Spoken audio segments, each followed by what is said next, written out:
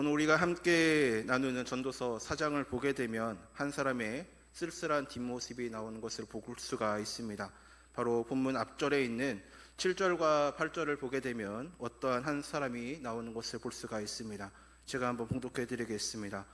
내가 또다시 해 아래에서 헛된 것을 보았도다. 어떤 사람은 아들도 없고 형제도 없이 홀로 있으나 그의 모든 수고에는 끝이 없도다. 또 비록 그의 눈은 부여를 족하게 여기지 아니하면서 이르기를 내가 누구를 위하여는 이같이 수고하고 나를 위하여는 행복을 누리지 못하게 하는가 하여도 이것도 헛되어 불행한 노고로다 라고 하면서 그 한 사람을 소개를 하고 있습니다.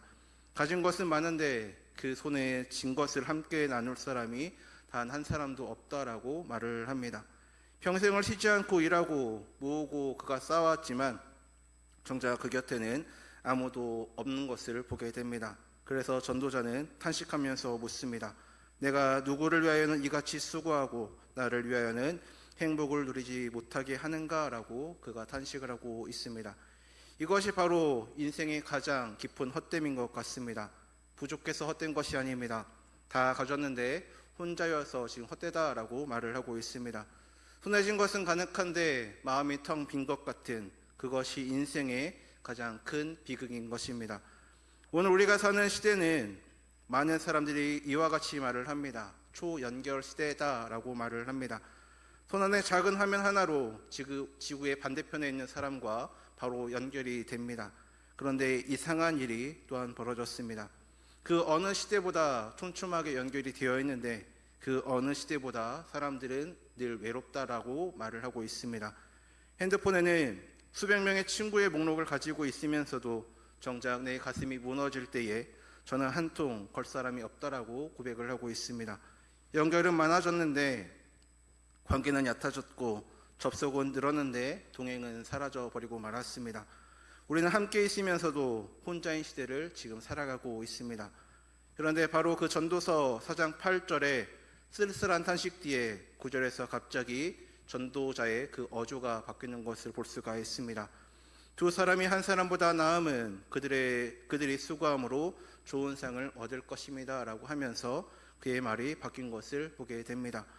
이제 그는 더 이상 헛됨을 노래하지 않고 있습니다.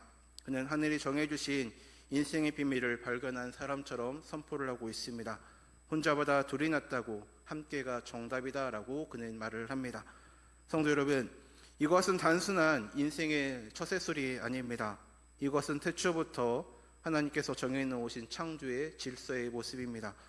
창세기 1장 31절을 보게 되면 하나님께서는 지으신 모든 것을 보시고 보시기에 심히 좋았더라라고 말씀을 하셨지만 단 한 번 좋지 아니하다라고 말씀을 하신 적이 있습니다.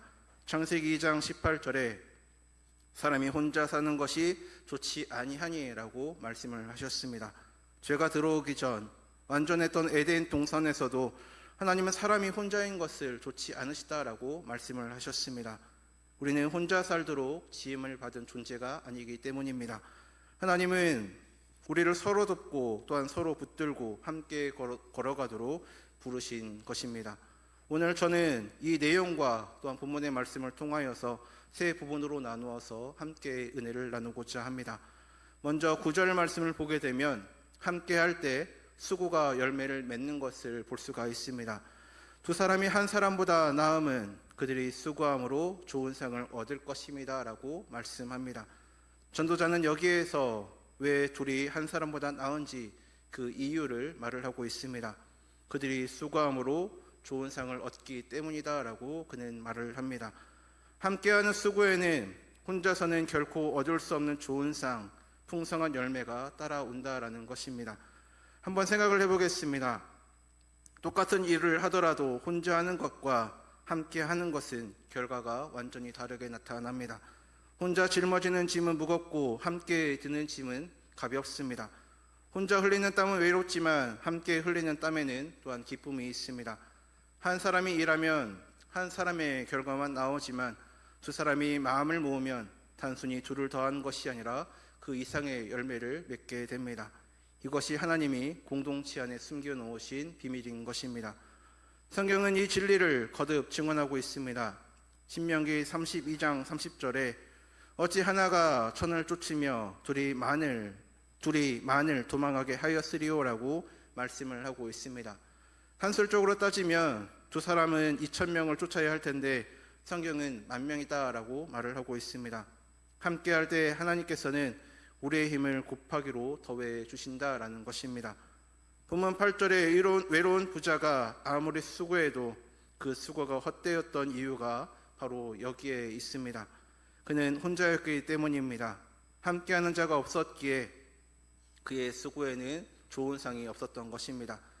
오늘날 교회를 향해 하나님이 주신 말씀이 바로 이것입니다.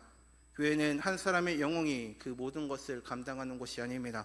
교회는 모든 성도들이 함께 수고하여 그리스도의 몸을 세워가야만 하는 것입니다.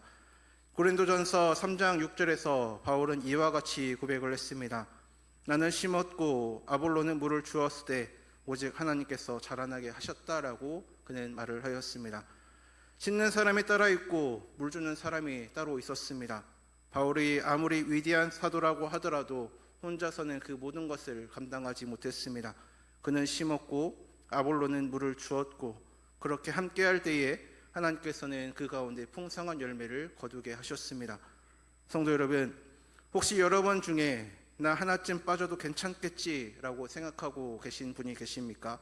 내가 굳이 나서지 않아도 누군가는 하겠지라고 하면서 물러서고 계신 분이 있습니까? 그럴 수 없습니다. 여러분의 수고가 또한 여러분의 그 한 걸음 한 걸음이 여러분이 함께 잡아주는 그 손이 공동체의 열매를 결정하게 되는 것입니다. 주방에서 묵묵히 봉사하는 손길과 또한 주차장에서 더위에 땀을 흘리며 차량을 안내하는 그 발걸음, 또한 보이지 않는 곳에서 기도로 무릎을 꿇는 그 정성, 이 모든 함께하는 그 수고가 모일 때에 하나님께서는 우리가 상상하지 못하는 좋은 상, 열매를 맺게 해주실 것입니다. 혼자 빨리 가려고 하지 마시기를 바랍니다. 함께 멀리 나아가시기를 바랍니다. 빨리 가려면 혼자 가고 멀리 가려면 함께 가라는 말이 있지 않습니까? 신앙의 길은 단거리 경주가 아니라 평생을 달려가야 할 마라톤 경주입니다. 그 먼 길을, 그 험한 길을 우리는 함께 나아가야 할 것입니다. 함께 수고할 때 비로소 좋은 상이 우리를 기다리고 있기 때문입니다. 이 진리를 가장 아름답게 보여주고 있는 공동체의 모습이 있습니다. 바로 사도행전 2장에 나오고 있는 초대교회의 모습입니다. 성경은 그들을 이렇게 증언을 합니다. 믿는 사람이 다 함께 있어 모든 물건을 서로 통용하고 또 재산과 소유를 팔아 각 사람의 필요를 따라 나눠 주었다라고 증언을 합니다. 초대교회에는 우리가 지금 가지고 있는 것들이 없었습니다.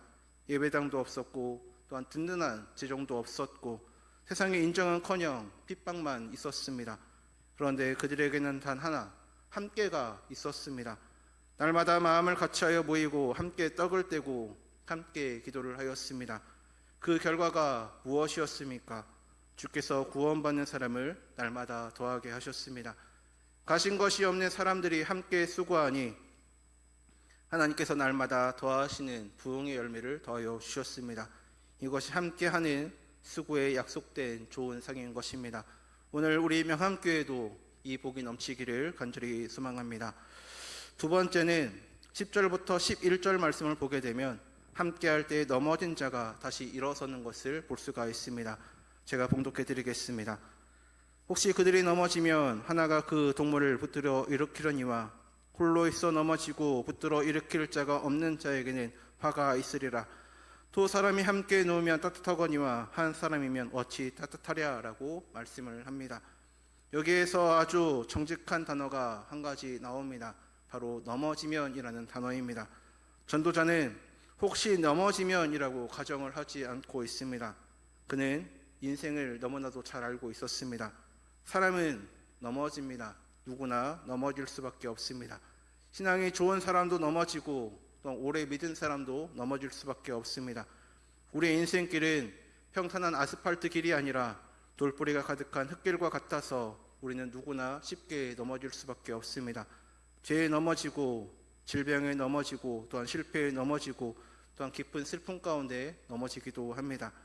문제는 넘어지는 것 자체가 아닙니다. 진짜 문제는 넘어졌을 때에 일으켜줄 사람이 있느냐라는 것입니다. 본문은 말합니다. 홀로 있어 넘어지고 붙들어 일으킬 자가 없는 자에게는 화가 있으리라 라고 말씀합니다. 성경에서 화가 있으리라 표현은 결코 가볍게 쓰이는 표현이 아닙니다. 이것은 비극을 선언하는 무거운 말입니다. 넘어지는 것이 비극이 아니라 넘어졌는데 손을 내밀어 줄 사람이 없는 것이 비극이다라고 말을 하고 있는 것입니다. 한밤중에 산길에서 발을 헛디뎌 넘어진 사람을 한번 상상을 해보겠습니다. 혼자라면 그 어둠 속에 그대로 쓰러져 있을 수밖에 없을 것입니다. 시위와 두려움 속에서 누구도 자기가 넘어져 있는 줄 모르는 채 그 밤을 홀로 지새워야 할 것입니다. 그러나 곁에 동행하는 이가 있다면 그가 손을 내밀어 주며 그를 또한 일으켜 세워줄 것입니다. 이것이 바로 교회의 모습입니다. 교회는 한 번도 넘어지지 않은 완전한 사람들의 모임이 아닙니다. 교회는 넘어져 본 사람들이 넘어진 성도들을 일으켜 주는 곳입니다. 갈라디아서 6장 2절의 말씀을 보면 너희가 짐을 서로 지라 그리하여 그리스도의 법을 성취하라라고 말씀을 하고 있습니다. 서로의 짐을 진다는 것, 넘어진 자를 붙들어 일으킨다는 것, 이것이 그리스도의 법을 이루는 길이다라고 말씀을 합니다. 그리고 본문 11절은 한 걸음 더 들어갑니다. 또 두 사람이 함께 누우면 따뜻하거니와 한 사람이면 어찌 따뜻하랴라고 말을 합니다. 고대 근동의 밤은 사막의 추위로 매섭게 늘 차가웠습니다. 그 추운 밤 혼자 추위에 떠는 사람은 그 체온을 지킬 수가 없습니다. 그러나 둘이 함께 있으면 서로의 온기로 그 밤을 보낼 수가 있습니다. 성도 여러분, 우리의 인생에도 추운 밤이 있습니다. 마음이 시리고 영혼이 얼어붙는 그런 시간들이 있습니다. 사랑하는 이를 떠났던 그 밤이 있을 수 있고 견딜 수 없는 외로움이 몰려오는 밤도 있습니다. 또한 모든 것이 무너져 내린 것 같은 그런 밤이 우리 가운데 찾아오기도 합니다. 그 추위는 어떠한 이불로도 쉽게 녹지 못합니다. 그 추위를 녹이는 것은 오직 사람의 온기, 함께 해주는 사람의 따뜻함으로 녹일 수가 있습니다. 곁에 앉아 함께 울어주는 사람, 말없이 손을 잡아주는 사람, 내가 너와 함께 있다라고 말해주는 사람, 그 온기가 우리를 따뜻하게 해줄 수 있습니다. 로마서 12장 15절의 말씀을 보면 이렇게 권면을 하고 있습니다. 즐거워하는 자들과 함께 즐거워하고 우는 자들과 함께 울라라고 우리에게 권면을 합니다. 신앙 공동체는 함께 웃기만 하는 곳이 아닙니다. 함께 우는 곳입니다. 또한 함께 그 추위를 견뎌 나아가는 곳입니다. 누군가의 눈물 곁에 나의 눈물을 또한 더하고 누군가의 떨림 곁에 나의 온기를 나누는 것이 바로 우리 교회의 모습이 되어야 할 것입니다. 그러므로 성도 여러분, 우리는 결단해야 합니다. 넘어진 형제를 보고도 지나치는 사람이 되지 말아야 할 것입니다. 뒤에 떠는 자매를 보고도 모른 척하는 사람이 되지 말아야 할 것입니다. 도리어 먼저 손을 내미는 사람, 먼저 곁에 앉아주는 사람, 먼저 온기를 나눠주는 사람이 되어야 할 것입니다. 오늘 우리 곁에는 분명 넘어진 누군가가 있습니다. 뒤에 떠는 또한 누군가가 있습니다. 그를 일으켜주는 손이 바로 저와 여러분이 되기를 주님께서는 원하고 계십니다. 마지막 세 번째는 함께할 때 어떤 시련도 이길 수 있는 힘을 얻는 것을 볼 수가 있습니다. 본문 12절의 말씀을 보겠습니다. 한 사람이면 패하겠거니와 두 사람이면 맞설 수 있느니 세 겹줄은 쉽게 끊어지지 아니하느니라 라고 말씀합니다. 전도자는 이제 인생의 전쟁터를 말하고 있습니다. 인생을 살다 보면 우리를 공격해오는 대적들이 있습니다. 우리를 무너뜨리려고 하는 그런 시련들이 다가옵니다. 본문은 정직하게 말합니다. 한 사람이면 패하겠거니와 혼자라면 우리는 그 공격 앞에서 무너질 수밖에 없습니다. 아무리 강한 사람도 아무리 믿음이 좋은 사람도 홀로 맞서면 패할 수밖에 없습니다. 그러나 본문에서 두 사람이면 맞설 수 있다라고 말을 하고 있습니다. 함께 등을 맞대고 서면 우리는 그 어떤 대적도 막아낼 수 있는 것입니다. 성경에서 이 말씀이 그대로 이루어진 현장이 있습니다. 다니엘서 3장에 나오는 바벨론의 풀물불 사건입니다.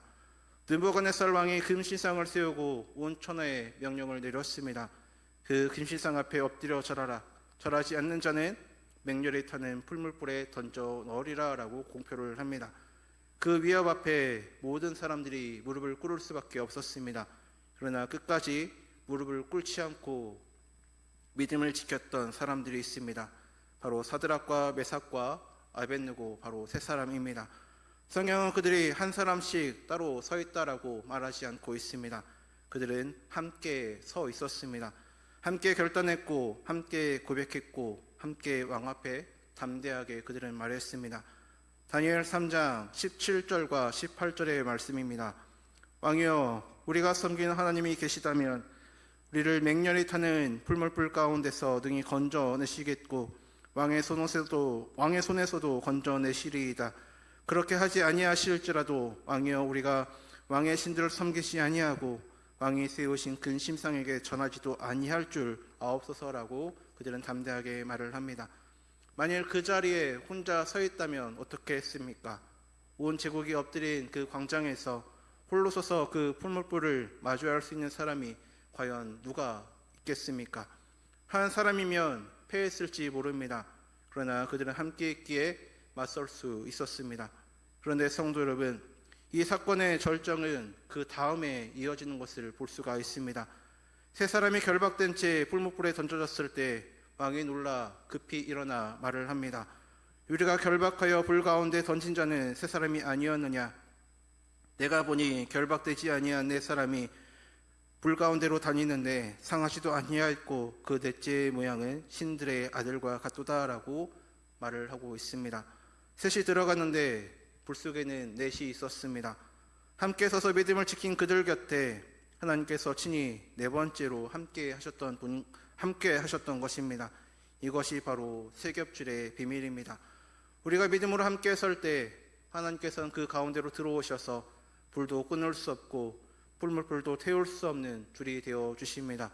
머리털 하나 걸리지 않게 해주시고 오히려 그 시련의 불 속에서 가장 가까이 동행하여 주십니다. 성도 여러분, 인생의 풀물불은 누구에게나 다가옵니다. 그러나 그 불 앞에 혼자 서지 마시기를 바랍니다. 믿음의 형제 자매와 함께 나아가시기를 바랍니다. 함께 서는 그 자리에 주님이 네 번째 분으로, 아니 우리를 묶는 세 번째 가닥으로 함께하여 주실 것입니다. 그런데 성도 여러분, 전도자는 여기서 한 가지 더 놀라운 표현을 말을 하고 있습니다. 분명 앞에서는 한 사람과 두 사람을 이야기를 하고 있는데 마지막에 갑자기 숫자가 더 하나 늘어나는 것을 보게 됩니다. 세겹줄은 쉽게 끊어지지 아니하나라고 말을 합니다. 둘을 이야기하다가 갑자기 셋을 이야기하고 있습니다. 이것은 결코 우연이 아닙니다. 여기에 본문 전체를 꿰뚫는 비밀이 숨겨져 있습니다. 한 가닥의 줄은 쉽게 끊어져 버리고 맙니다. 두 가닥을 꼬아도 그 줄은 약합니다. 그러나 세 가닥을 함께 꼬게 되면 그 줄은 놀라울 만큼 강해져서 또한 쉽게 끊어지지 않습니다. 두 사람의 관계가 아무리 좋아도 두 사람만으로는 여전히 끊어질 수 있습니다. 사람과 사람 사이의 사랑은 아무리 두터워도 결국 한계가 있기 때문입니다. 부부가 갈라설 수도 있고 또한 친구도 등을 돌릴 수 있고 가장 가까운 사이도 상처로 무너질 수밖에 없기 때문입니다. 그러면 두 사람 사이에 끊어지지 않는 그 세 번째 가닥은 무엇이겠습니까? 누가 그 세 번째 줄이 되어주실 때에 우리의 관계가 비로소 끊어지지 않는 견고한 줄이 되겠습니까? 바로 우리의 하나님이십니다. 사람과 사람 사이에 하나님께서 함께 하실 때 그 관계는 비로소 끊어지지 않는 세겹줄이 되는 것입니다. 성도 여러분, 이것이 세상의 관계와 신앙 공동체의 관계가 결정적으로 다른 것입니다. 세상의 동행은 두 가닥의 줄입니다. 서로의 이해관계가 맞으면 함께하고 어긋나 버리면 끊어져 버리고 맙니다. 좋을 때에는 곁에 있다가 어려워지면 그 자리를 떠나버리고 맙니다. 그러나 하나님을 중심으로 보신 성도의 관계는 세겹줄입니다. 우리를 묶고 있는 것은 단지 정의나 의리가 아니라 우리 가운데 함께 하시는 하나님이십니다. 그래서 그 줄은 시련이 와도 쉽게 끊어지지 않습니다. 오해와 상처가 밀려와도 하나님이 그 가운데 계시기에 그 줄은 다시 이어질 수 있습니다. 마태복음 18장 20절에서 예수님은 이렇게 약속하셨습니다. 두세 사람이 내 이름을 모인 곳에는 나도 그들 중에 있느니라 라고 약속하셨습니다. 우리가 주님의 이름으로 모일 때에 우리 둘 사이에, 우리 셋 사이에 주님께서 친히 함께 하십니다. 그분이 세 번째 가닥이 되어서 우리를 끊어지지 않게 붙들어 주십니다. 그러므로 하나님 중심으로 연결된 성도의 관계는 어떤 시련도 이겨낼 힘을 가지게 되는 것입니다. 성도 여러분, 그렇다면 우리의 관계는 지금 어떻습니까? 우리의 교제는 지금 두 가닥 줄입니까? 아니면 세 겹 줄이십니까? 우리의 만남 가운데 과연 하나님이 계십니까? 우리가 함께 기도하고 함께 말씀을 나누고 함께 예배할 때에 하나님은 우리의 관계의 세 번째 가닥이 되어 주십니다. 그 줄은 결코 또한 쉽게 끊어지지 않습니다. 어떤 풍랑이 와도 어떤 시험이 닥쳐와도 하나님 함께 엮어주신 그 줄은 우리를 날마다 붙들어 줍니다. 성도 여러분, 이제 우리는 본문이 가르쳐주는 가장 깊은 곳을 다시 한번 바라보고자 합니다. 전도서가 노래하니 함께함의 비밀, 끊어지지 않는 세 겹줄의 비밀은 결국 한 분을 가리키고 있습니다. 바로 우리 주 예수님이십니다. 생각을 해보십시오. 본문은 혼자 있는 자에게 화가 있으리라 라고 말씀을 하였습니다. 넘어졌는데 일으켜줄 자가 없는 자가 가장 불쌍한 자다라고 말을 하고 있습니다. 그런데 인류 역사상 가장 처절하게 혼자 되신 분이 계십니다. 가장 깊은 어둠 속에서 단 한 사람도 곁에 두지 못한 채 버림받았던 분이 계십니다. 바로 십자가 위에 계셨던 예수님이십니다. 겟세마네 동산에서 피땀 흘리며 기도하실 때 가장 가까운 제자들조차 예수님을 버렸습니다. 잡히시던 밤 모든 제자가 예수님을 버리고 도망가 버렸습니다. 그리고 골고다 십자가 위에서 주님께서 마침내 하나를 향해 부르시셨습니다. 나의 하나님, 어찌하여 나를 버리셨나이까? 세 겹줄의 세 번째 가닥이 되어 주실 그 하나님 아버지께로부터 예수님께서는 철저히 버림을 받으셨습니다. 그 순간 주님께서는 완전히 홀로 되셨습니다. 왜 이와 같이 홀로 되셨습니까? 왜 생명의 주님이 그토록 끔찍한 고독 속으로 들어가셨습니까? 그것은 바로 우리 때문입니다. 죄로 인해 하나님과 끊어지고 영원히 혼자 되어야 했던 그런 우리를 위해서 예수님께서 친히 버림을 받으셨습니다. 마땅히 우리가 받아야 할 그 버림을, 그 영원한 고독을 우리 주님께서 대신 짊어지셨습니다. 그분이 홀로 되심으로 우리는 영원히 혼자가 되지 않게 되었습니다. 그분이 버림받으심으로 우리는 결코 버림받지 않게 되었습니다. 예수님의 이름은 임마누엘, 곧 하나님이 우리와 함께 하신다라는 뜻입니다. 하나님 우리를 멀리서 바라보기만 하시는 분이 아닙니다. 신이 사람이 되어 우리 가운데 들어오셨습니다. 우리의 짐을 대신 지시고 넘어진 우리를 십자가의 손으로 일으켜 주시고 우리의 차디찬 영혼을 그 사랑의 온기로 녹여 주셨습니다. 본문의 모든 약속이 예수님 안에서 완성이 되었습니다. 함께 수고하는 좋은 상도, 넘어지는 자를 일으켜 주는 손도, 죄를 녹이는 따뜻함도, 끊어지지 않는 그 세 겹줄도 모두 그리스도 안에서 우리에게 다 주어졌습니다. 그리고 그분은 부활하신 후에 이렇게 우리에게 약속하셨습니다. 내가 세상 끝날까지 너희와 항상 함께 있으리라 라고 약속하셨습니다. 성도 여러분, 오늘 우리가 외롭다라고 느낄 때, 넘어져 일어설 수 없을 것 같을 때에, 인생의 추위에 온몸이 떨려올 때에 주님은 지금도 우리에게 말씀하십니다. 너는 혼자가 아니다. 내가 너와 함께한다. 그리고 내 피로 세운 믿음의 공동체, 교회가 너와 함께한다라고 말씀을 하십니다. 교회는 바로 예수님의 십자가의 보혈로 태어난 가족입니다. 그분이 우리를 묶어주신 세 번째 가닥이십니다. 그러므로 이제 우리는 더 이상 도움을 구하기만 하는 사람으로 머물러서는 안 됩니다. 주님께 받은 그 함께하심을 우리도 이웃으로 흘려보내야 할 것입니다. 넘어진 자를 일으켜주는 손이 되고 취해 떠는 자를 또한 품에 온기로 안고 누군가의 끊어지지 않는 세 번째 가닥이 되어 주어야 할 것입니다. 옛 신앙의 선배들이 즐겨 듣던 비유 하나를 말씀드리겠습니다. 활활 타오르는 화로에서 숯불 하나를 집게로 꺼내어 따로 떼어나 보겠습니다. 조금 전까지 시뻘게 타오르던 그 숯이 얼마 지나지 않아서 빛을 잃게 되고 연기가 사그라들고 마침내 차가워지면서 검은 재가 되어 버렸습니다. 숯의 무슨 문제가 있어서 아닙니다. 같은 숯이었습니다. 다만 불 속에서 그 숯이 혼자 떨어져 나왔기 때문입니다. 그런데 그 식어가는 숯을 다시 화로 가운데 넣으면 그 숯이 어떻게 됩니까? 신기하게도 곁에 있던 숯들의 열기를 받아서 다시 빨갛게 살아나는 것을 볼 수가 있습니다. 성도 여러분, 우리의 신앙이 꼭 이와 같습니다. 처음에는 뜨거웠던 사람도 공동체에서 떨어져 홀로 지내다 보면 자기도 모르는 사이에 서서히 식어가 버립니다.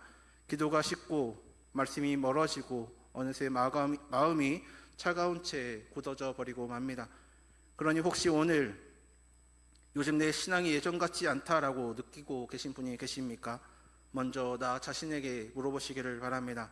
내가 지금 불 가운데 있는지 아니면 혼자 떨어져 나와 있는지, 식었다라고 자책하며 더 숨지 마시기를 바랍니다.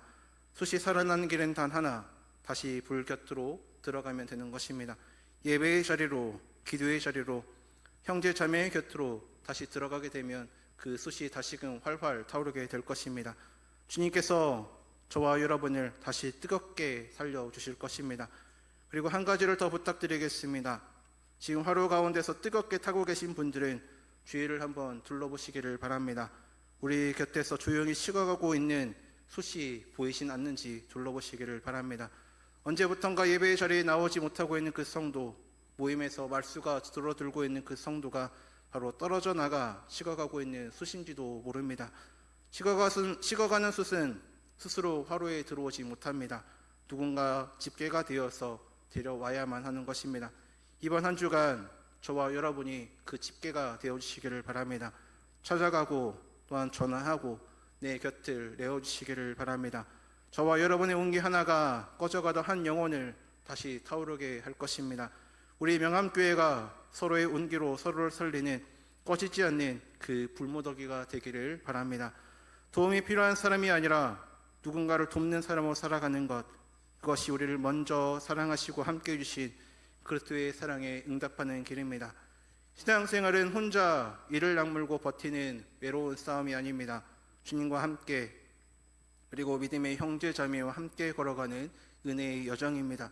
우리가 서로의 짐을 나누어 주고 함께 무릎을 꿇고 기도하며 함께 울고 함께 기뻐할 때에 우리의 믿음은 더욱더 견고해지고 우리의 공동체는 더욱더 풍성한 은혜를 경험하게 될 것입니다.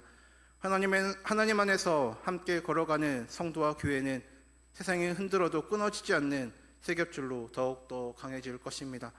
오늘 이 자리에 계신 모든 성도님들이 우리와 함께 하시러 친히 홀로 되셨던 그 주님의 깊은 사랑을 다시 한번 깨달으시기를 바랍니다. 다시는 외로움의 자리에 홀로 있지 않기를 또한 바랍니다. 도리어 서로를 붙들어주며 함께 천국을 향해 걸어가는 견고한 믿음의 동행자가 되시기를 주님의 이름으로 간절히 소망합니다.